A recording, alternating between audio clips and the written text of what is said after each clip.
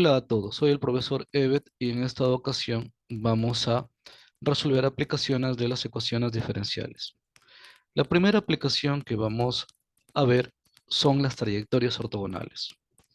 Lo primero que necesitamos conocer o recordar es el hecho de que dos rectas son perpendiculares si es que el producto de sus pendientes es igual a -1. Pendiente 1 multiplicada por la pendiente 2 es igual a -1. En este contexto, dos trayectorias, dos funciones, dos curvas son ortogonales si en el punto en el que se tocan, estas rectas tangentes son perpendiculares. Recuérdese que la ecuación de una recta, de manera general, en su forma punto pendiente, se representa como y igual a mx más b, ¿no? Donde b es el punto de paso o punto de corte con el eje de las y M es lo que nosotros denominamos pendiente. Y en el caso muy particular de que esta recta fuera la recta tangente, la interpretación geométrica que se le da a la derivada es que la derivada en un punto específico representa a la pendiente de la recta tangente.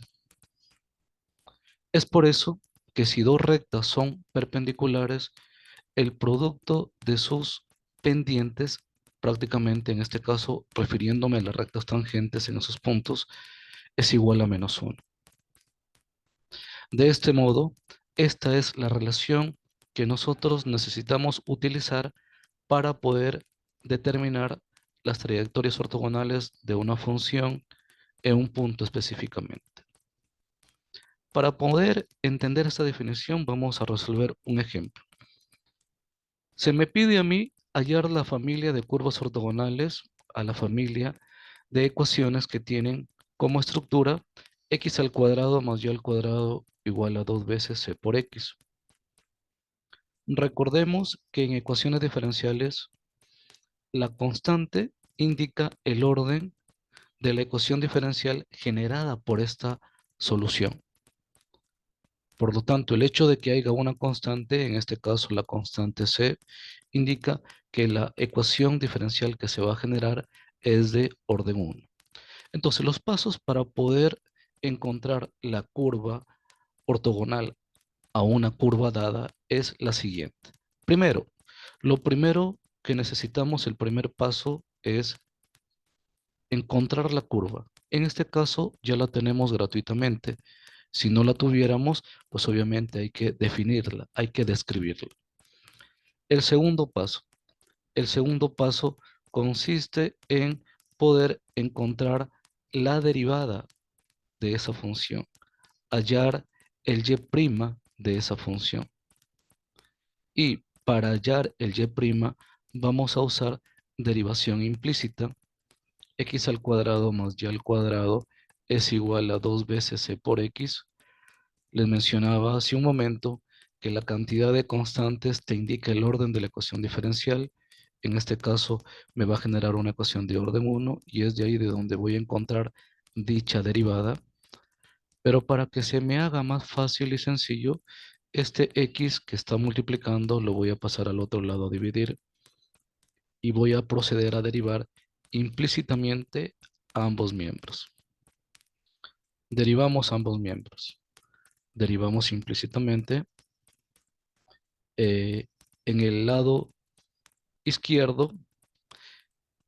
Hacemos uso de la regla del cociente. Si no lo recuerdan, la regla del cociente indica que para poder derivar un cociente tenemos, esto es equivalente a derivada de la función f por g menos f por la derivada de g sobre g al cuadrado. De este modo, primero lo vamos a dejar indicado que tendríamos derivada de f, en este caso es el numerador, por g menos f por la derivada de g y sobre el g, que en este caso es x al cuadrado, igual a la derivada de 2c, que por ser una constante esto sería igual a 0. Procedemos a derivar implícitamente la parte de arriba. Derivada de una suma es suma de las derivadas derivada de x al cuadrado es 2x más derivada de y al cuadrado es 2y por y' por x menos x al cuadrado más y al cuadrado por la derivada de x que es 1 y sobre el denominador x al cuadrado. Todo esto igualado a 0.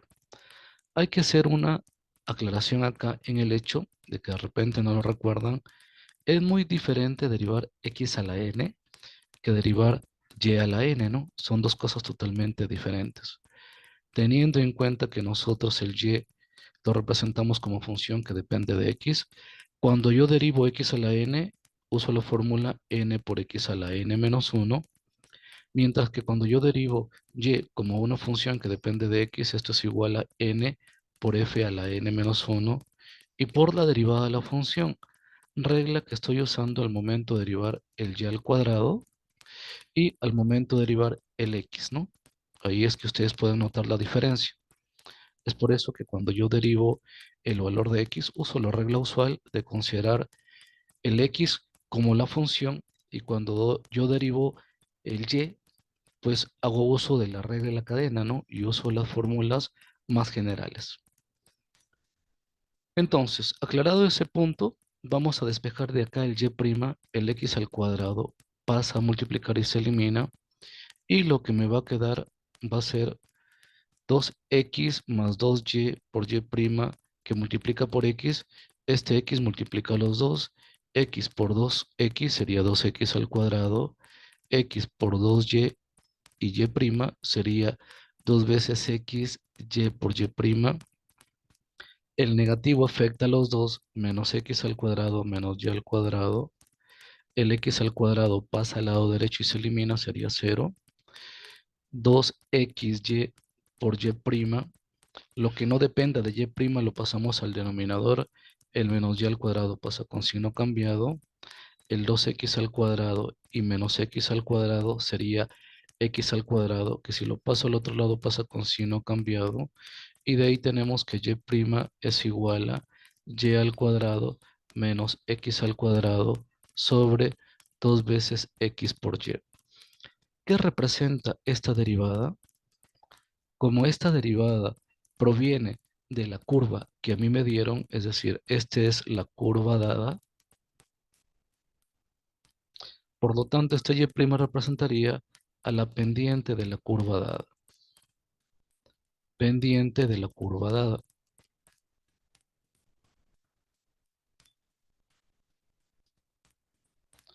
Pero yo no necesito la pendiente de la curva dada porque mi objetivo es encontrar la ecuación de la curva ortogonal.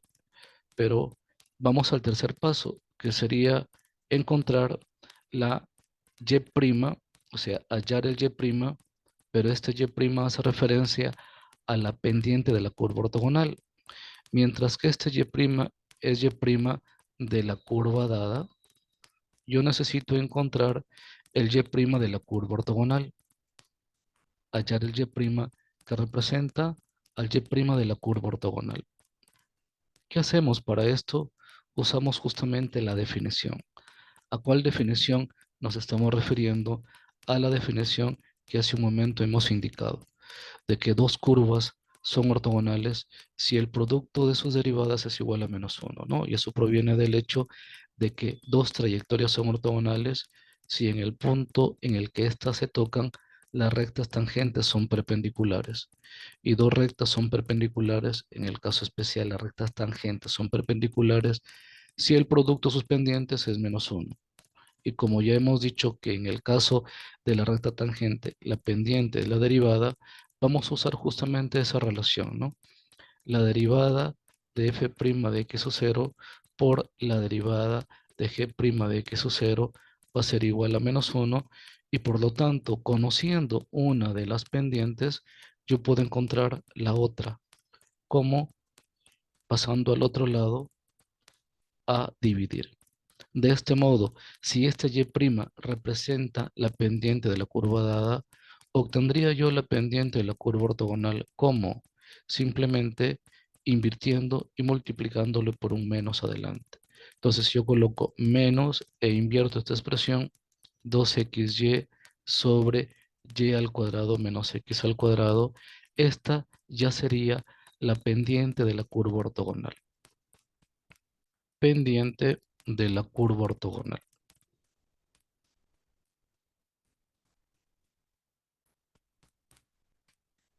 Por lo tanto, si es la pendiente de la curva ortogonal, esta básicamente es la ecuación diferencial que yo debo solucionar, ¿no?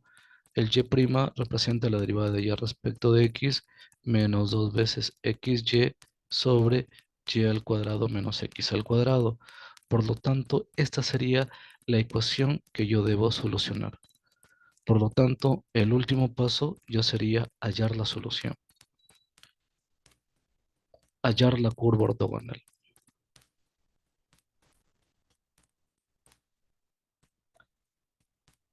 Hay que tener en cuenta que el primer paso y el más importante de todos, dado una ecuación diferencial, es reconocer qué tipo de ecuación diferencial es. En este caso, podemos apreciar que si multiplicamos en cruz y le damos la estructura, multiplicamos en cruz, tenemos y al cuadrado menos x al cuadrado, diferencial de y, es igual a menos 2xy diferencial de x. Pasamos todo el primer miembro, 2xy diferencial de x más y al cuadrado menos x al cuadrado diferencial de y. Hay una manera de reconocer si esta función es homogénea, porque de variable separable es imposible, debido a que por ningún proceso algebraico se puede separar a un lado las x y a un otro lado las y. Cuando se tratan de polinomios, simplemente hay que calcular los grados de cada uno de los polinomios que están interviniendo. Este polinomio es de grado 2, este polinomio es de grado 2, este polinomio es de grado 2. Si en una ecuación diferencial todos los polinomios que están interviniendo son del mismo grado, pues básicamente decimos que la ecuación diferencial es homogénea. Y para resolver una ecuación diferencial homogénea, ya sabemos que el cambio que se utiliza es y igual a u por x, derivando ambos miembros o diferenciando como lo quieran mencionar. Tenemos acá x derivada de u más u derivada de x. Sustituimos esta en la ecuación diferencial. Hay que tener en cuenta que cuando yo reemplazo el cambio y igual a u por x y su diferencial, me va a permitir transformar esta ecuación en una de variable separable. Pues eso es lo que vamos a proceder. 2 veces x por y. Pero ¿quién es y? Es u por x. U por x, que como hay un x sería al cuadrado, por la diferencial de x. Más y al cuadrado, pero como y es u por x, al estar elevado al cuadrado del y, se eleva al cuadrado del primer término y también el segundo, menos x al cuadrado. Y todo por la diferencial de y, que es equivalente a esta expresión, x diferencial de u más u diferencial de x. Todo esto igualado a 0, ¿ok? En el primer y en el segundo término hay un elemento común que se puede cancelar. De este paréntesis yo puedo factorizar el x al cuadrado, y al factorizar el x al cuadrado uno puede apreciar claramente cuál es el término que se va a eliminar, ¿no? El término que se va a eliminar viene a ser el x al cuadrado. Por lo tanto, cancelamos el x al cuadrado y en lo que queda empezamos a tratar de separar las variables. 2u diferencial de x más este u al cuadrado menos 1 se multiplica con el primer término, u al cuadrado menos 1 por x diferencial de u. De la misma forma, u al cuadrado menos 1 se multiplica por el segundo término, u al cuadrado menos 1 por u diferencial de x. Esto igual a 0. Agrupamos en el lado izquierdo, vamos a dejar los elementos que tengan u. Al factorizar el diferencial de x, lo que me queda en el primer término solo sería 2u. Y lo que me queda en el segundo término sería esta expresión, que la voy a remarcar para que les pueda ser más fácil de poderlo apreciar. Si es que yo factorizo la diferencial de x, acá me queda 2u, que es lo que estoy escribiendo acá, y acá me queda esta expresión, en donde si empezamos a multiplicar, puesto que esto depende de u, ¿qué tendríamos? Tendríamos u al cubo menos u, todo por diferencial de x. Y lo que no depende de la diferencial de x, sino ahora de la diferencial de u, lo pasamos al lado derecho, obviamente con signo cambiado. U al cuadrado menos 1 por x diferencial de u. Simplificamos, quedaría u al cubo más u por la diferencial de x. Y en el lado derecho me queda menos u al cuadrado menos 1 x diferencial de u. Se puede apreciar claramente que ahora se pueden separar las variables, lo que depende de x a un lado y lo que depende de u al otro. Este elemento lo paso al otro lado a dividir y de la misma forma hacemos lo mismo con el valor de x. Por lo tanto me quedaría 1 sobre x diferencial de x igual a menos u al cuadrado menos 1 sobre el u al cubo más u, que si factorizamos el u sería u por u al cuadrado más 1 diferencial de u. Ahora, como las variables ya están separadas, procedemos a integrar. La primera integral es inmediata. La primera integral corresponde al logaritmo natural del valor absoluto de x y la segunda integral es la que nosotros vamos a efectuar y para esto vamos a utilizar fracciones parciales, el método de fracciones parciales. De paso, yo no le voy a colocar negativo, el negativo lo voy a ubicar acá, sería 1 menos u al cuadrado sobre u por u al cuadrado más 1. Entonces, esta sería la integral que vamos a efectuar. Ahora nos encontramos en el desarrollo de la integral, que es lo único que nos falta para poder tener la ecuación diferencial. Para ello vamos a emplear fracciones parciales. Para las fracciones parciales hay que tener en cuenta de que se tiene que tener el denominador factorizado. Y esta expresión ya no se puede factorizar más. El denominador es un factor cuadrático irreducible.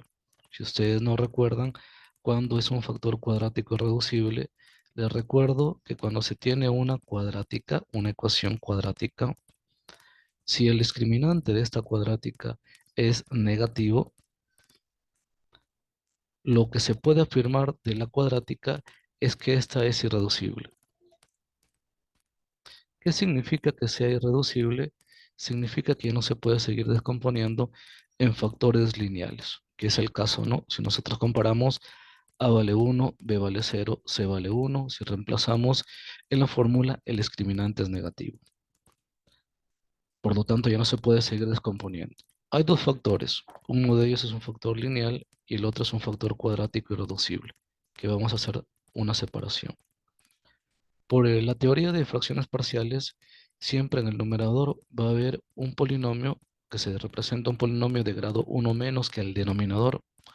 Si el denominador es de grado 1, entonces arriba representamos con polinomio de grado 0. Si el denominador es de grado 2, arriba representamos a un polinomio de grado 1, b por u más c. Ahora el objetivo es calcular cuánto vale a, b y c. Para ello usamos el procedimiento general. En este caso voy a multiplicar abajo y multiplicar en cruz, es decir, voy a efectuar la suma del lado derecho, 1 menos u al cuadrado sobre u por u al cuadrado más 1 es igual a, el a multiplica al u al cuadrado y también al 1, el u multiplica al b por u y también al c, y si multiplicamos abajo tendríamos u por u al cuadrado más 1. Como las dos expresiones tienen el mismo denominador, los podemos cancelar y lo que vamos a generar es un sistema de ecuaciones. Me queda una igualdad de polinomios. Si igualamos los términos cuadráticos, a más b por u al cuadrado, seguido de los términos lineales, en este caso solo hay uno, c por u, y por último el término independiente que es a. Entonces, dos polinomios son iguales cuando son iguales sus coeficientes. El término cuadrático del lado izquierdo tiene coeficiente menos 1 y el lado derecho tiene coeficiente a más b. Entonces, a más b es igual a menos 1. El término lineal del lado derecho es c y en el lado derecho su término lineal no está. Eso es porque la constante es igual a 0 y el término independiente en el lado derecho es a, en el lado izquierdo es igual a la unidad. Ya tengo el valor de A, ya tengo el valor de B. Si este valor de A lo sustituyo en la primera ecuación, obtenemos el valor de B inmediatamente, el cual sería equivalente a menos 2. Ya tengo A, B y C. Eso significa que ahora, en vez de realizar esta integral, vamos a realizar la integral que resulta de haber reemplazado el A por 1, quedaría 1 sobre U, el b por menos 2 quedaría menos 2u sobre u al cuadrado más 1. Y el c por 0, que ya no hay necesidad de escribirlo porque lo anulo. Entonces todo eso multiplicado por la diferencial de u. Procedemos a integrar. Estas integrales son inmediatas. Tendríamos logaritmo natural del valor absoluto de u. Y análogamente, si observamos en esta integral, abajo está la función, arriba está la derivada. La integral de manera general, si abajo está la función y arriba está la derivada, corresponde al logaritmo natural del valor absoluto de la función. Por lo tanto, acá tendríamos logaritmo natural de u al cuadrado más 1. Y eso es básicamente sería la solución de la integral que debería ser reemplazada en esta ecuación, ¿no? Entonces, ¿cómo quedaría la solución? Lo vamos a escribir de un color diferente. La solución quedaría logaritmo natural del valor absoluto de x es igual a el resultado que acabamos de obtener acá, logaritmo natural de u menos el logaritmo natural de u al cuadrado más 1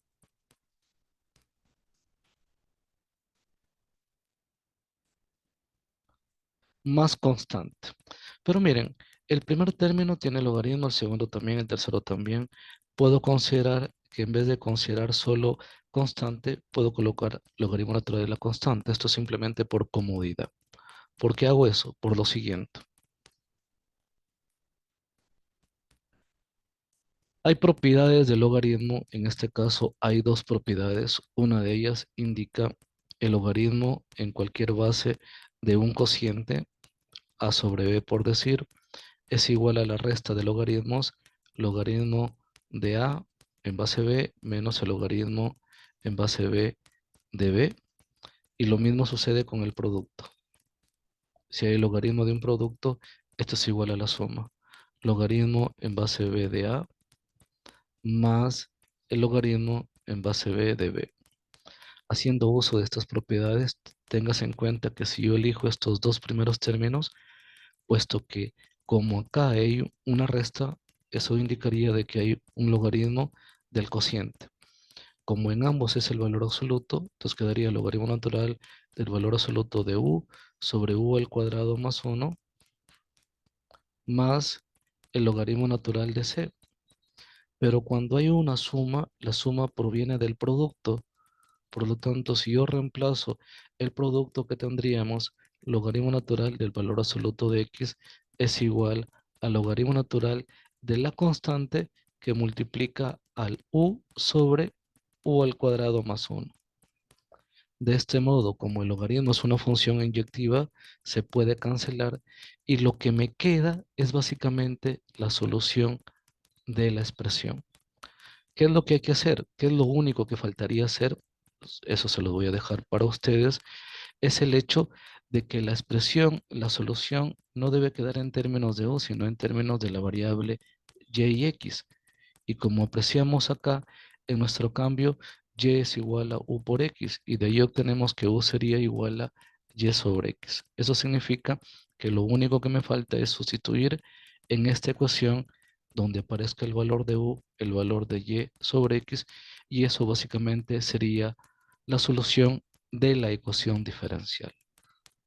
¿Ok? Pasemos ahora a otro método, a otro tipo de aplicación llamada vida media, pero esta ecuación también, ese modelo matemático también se puede utilizar cuando haya problemas de desintegración. También se puede utilizar para problemas de crecimiento o crecimiento de poblaciones.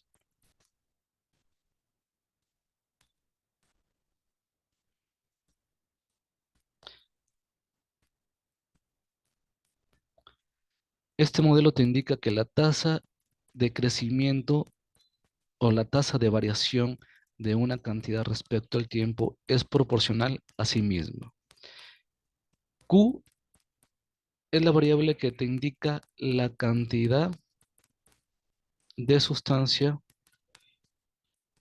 o puede darse el caso de población, pero presente en el instante t.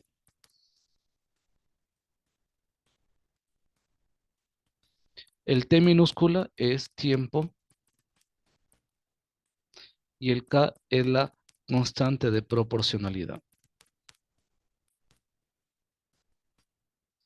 Los modelos matemáticos relacionados a vida media, a desintegración radioactiva, a crecimiento, decrecimiento poblacional, se establecen y se desarrollan de la misma manera. Lo que cambian son los datos y el contexto de los problemas. Acá vamos a resolver un ejercicio. La población de una comunidad crece con una tasa proporcional a la población en cualquier momento. Hasta ahí estamos describiendo solo a la ecuación diferencial. Su población inicial es 500 y aumenta el 15% en 10 años. ¿Cuál será la población pasados 30 años? Entonces, una vez que nosotros hayamos podido identificar que la ecuación diferencial en este caso es la que estamos mostrando acá, resolvemos esta ecuación usando el método de separación de variables. Separamos a un lado lo que dependa de Q y a otro lado lo que dependa de T. Como las variables ya están separadas, ahora procedemos a integrar.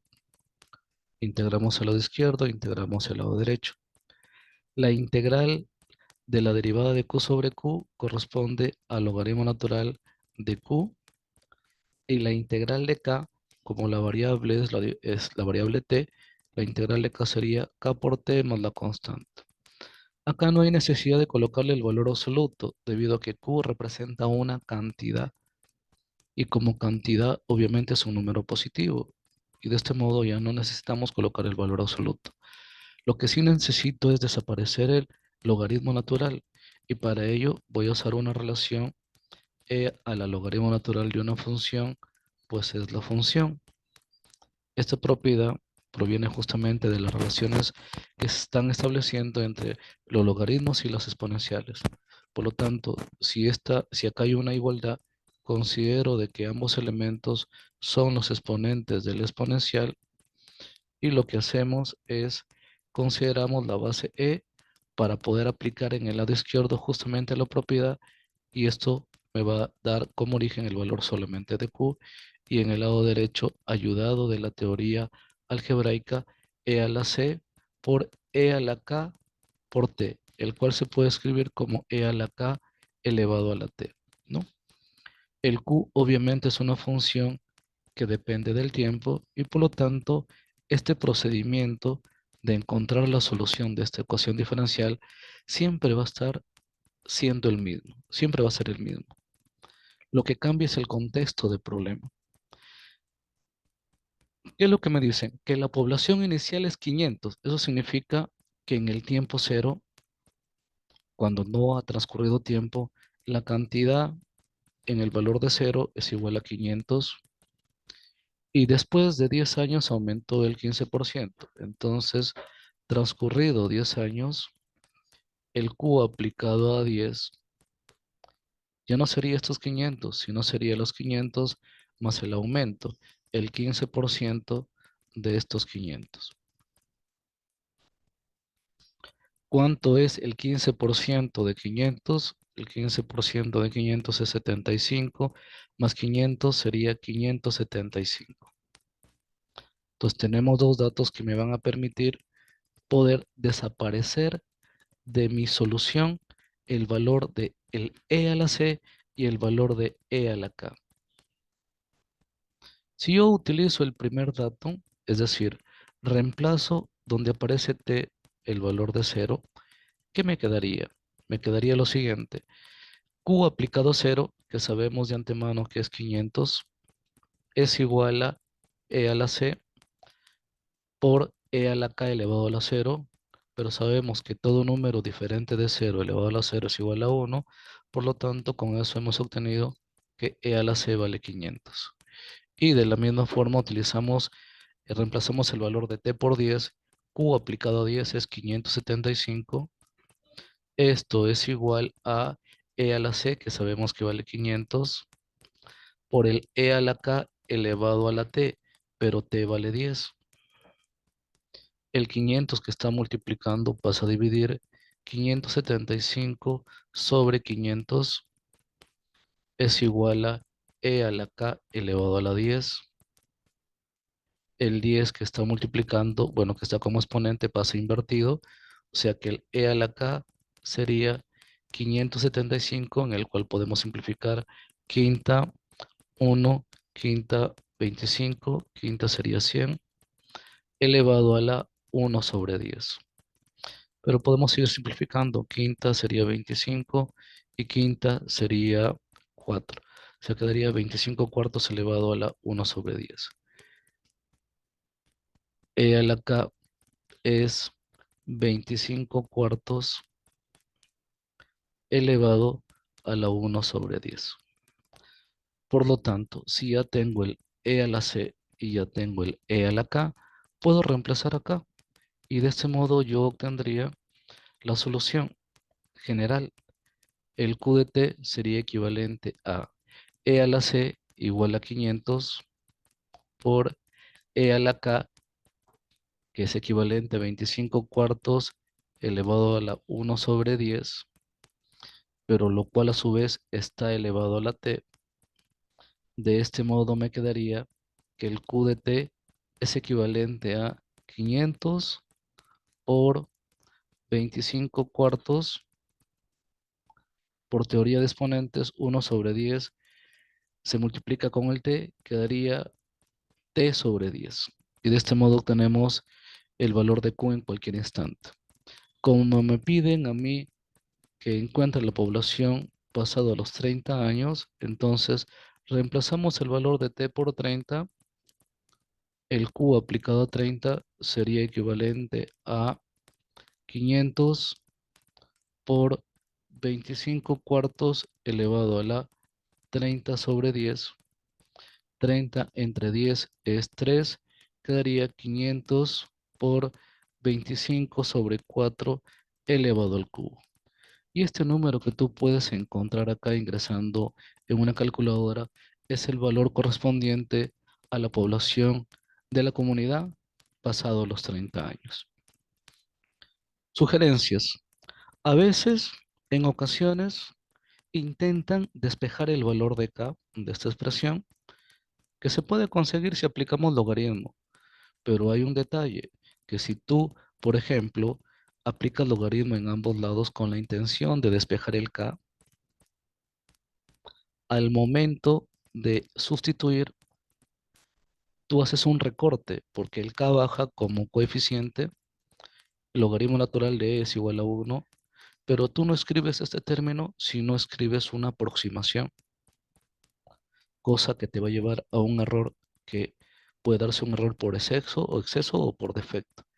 Entonces no es conveniente, salvo que lo quieras despejar el k, pero dejándolo en términos de logaritmo y reemplazando solo una única vez al final. Por eso es que la sugerencia es desarrollarlo, la expresión en términos de e a la c y el e a la k. De ese modo voy a hacer un único redondeo al final y nada más que al final. Ahora, si en el problema no te dieran una población inicial, tú debes considerar que en el tiempo cero, la población en el momento inicial es Q sub cero y con eso tendrías que trabajar. ¿Ok? Ahora pasamos a un último modelo llamado la ley de enfriamiento-calentamiento de Newton. Esta ley me permite poder encontrar el tiempo en el que un objeto se calienta o se enfría. Algunos autores suelen colocar K positivo o K negativo, dependiendo si es que es enfriamiento o calentamiento. Eso ya depende de tu criterio. Lo que sí hay que tener en cuenta de que el valor de la constante tú lo vas a poder determinar de acuerdo a los datos. Entonces, la tasa de variación de la temperatura respecto a un cuerpo es proporcional básicamente a la diferencia entre la temperatura del cuerpo y la temperatura ambiente. Este TSUA es la temperatura ambiente,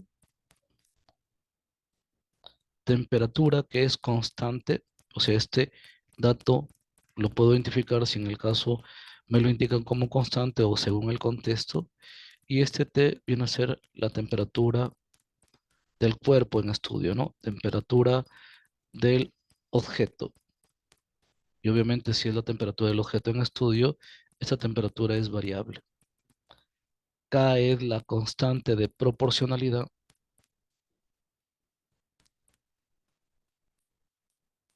y el T minúscula viene a ser tiempo. Veamos un ejercicio. Un cuerpo a una temperatura desconocida se pone en un refrigerador a una temperatura constante de 2 grados Fahrenheit.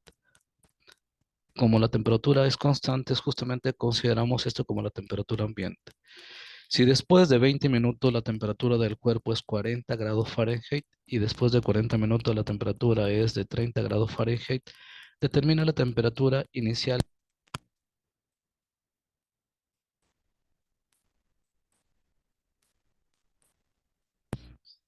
Lo primero que hacemos es reemplazar la temperatura ambiente derivada de temperatura respecto al tiempo es igual a K por la diferencia de T menos la temperatura ambiente que es 20. Y vamos a usar un proceso muy similar al que hicimos anteriormente con el de crecimiento de población. Separamos variables. El T menos 20 lo pasamos a dividir. Ojo que el T mayúscula es temperatura y el T minúscula es tiempo. Esto es igual a K diferencial de T. Y a partir de ahí integramos al lado izquierdo, integramos al lado derecho. Y hemos visto que si acá abajo aparece una función, arriba está la derivada, corresponde al logaritmo natural de T menos 20. La integral de K es K por T más constante. Cabe mencionar que acá hay una relación. T es mayor que T sub A. De este modo va a ser imposible que lo que esté dentro del valor absoluto sea negativo y es por eso que acá no coloco el valor absoluto. Y lo mismo que en el caso anterior, considero el exponencial como base y los exponentes, cada uno de los elementos que aparecen en la igualdad. De este modo, por propiedad del logaritmo, desaparecemos el exponencial con logaritmo, solo me quedaría la temperatura menos 20 es igual a e a la c por e a la k por t. Despejamos la temperatura, que es una función del tiempo en cualquier instante, igual a 20 más e a la c por e a la k elevado a la t. Mi objetivo, como en el caso anterior, es desaparecer el e a la c y el e a la k. Deberían haber dos datos, ¿no? Después de 20 minutos la temperatura es de 40. Temperatura en 20 es 40. Y después de 40 minutos, temperatura para 40 minutos es 30. No me dan la temperatura inicial, más bien eso es lo que me pregunta, la temperatura en cero. Si tú reemplazas el valor en esta ecuación, el valor de t minúscula por cero, ¿qué quedaría? 20 más e a la c, porque si el t vale cero, este término se cancela. Eso significa que para poder encontrar y dar respuesta a lo que me piden, yo debo calcular el valor de e a la c nada más. Haciendo uso de estos dos datos que tenemos, reemplacemos el 20 donde aparece T minúscula. T aplicado a 20 es 40, 40 es igual a 20 más e a la c por e a la k elevado a la t, pero t vale 20. El 20 pasa al lado izquierdo, pasa a restar. 20 es igual a e a la c por e a la 20k. Y hay que tener en cuenta que lo que yo quiero encontrar es una ecuación en términos de e a la c, ¿no? Y tengo mi primera ecuación. Y lo mismo hacemos con esta. Reemplazamos el t minúscula por 40, t aplicado a 40 es 30. 30 es igual a 20 más e a la c por e a la k elevado a la 40. El 30 pasa a restar, sería 10. 10 es igual a e a la c por e a la 40k. Tengo dos ecuaciones, ecuación número 1, ecuación número 2. Podemos despejar de una el valor de e a la c o el e a la k y encontrar cada una de las variables para que luego proceda a encontrar el e a la c. Lo más rápido es dividir 20 entre 10 es 2. Vamos a dividir miembro a miembro. Al dividir este término, el de acá, el e a la c como es constante y puesto que se está multiplicando se elimina, solo me quedaría e, o sea, lo que tenemos ahí es esto, e a la c por e a la 20k sobre e a la c por e a la 40k. El e a la c se cancela.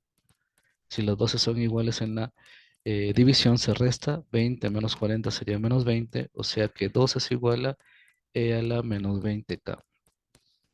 Y de acá podemos decir el menos 20 pasa al otro lado invertido y determinar el valor de e a la k como 2 elevado a la menos 1 sobre 20. Si el e a la k vale 2 elevado a la menos 1 sobre 20, y es más, podemos simplificar acá aún, el negativo se elimina. Si es que yo invierto el 2, en este caso es un medio, e a la k sería un medio elevado a la 1 sobre 20.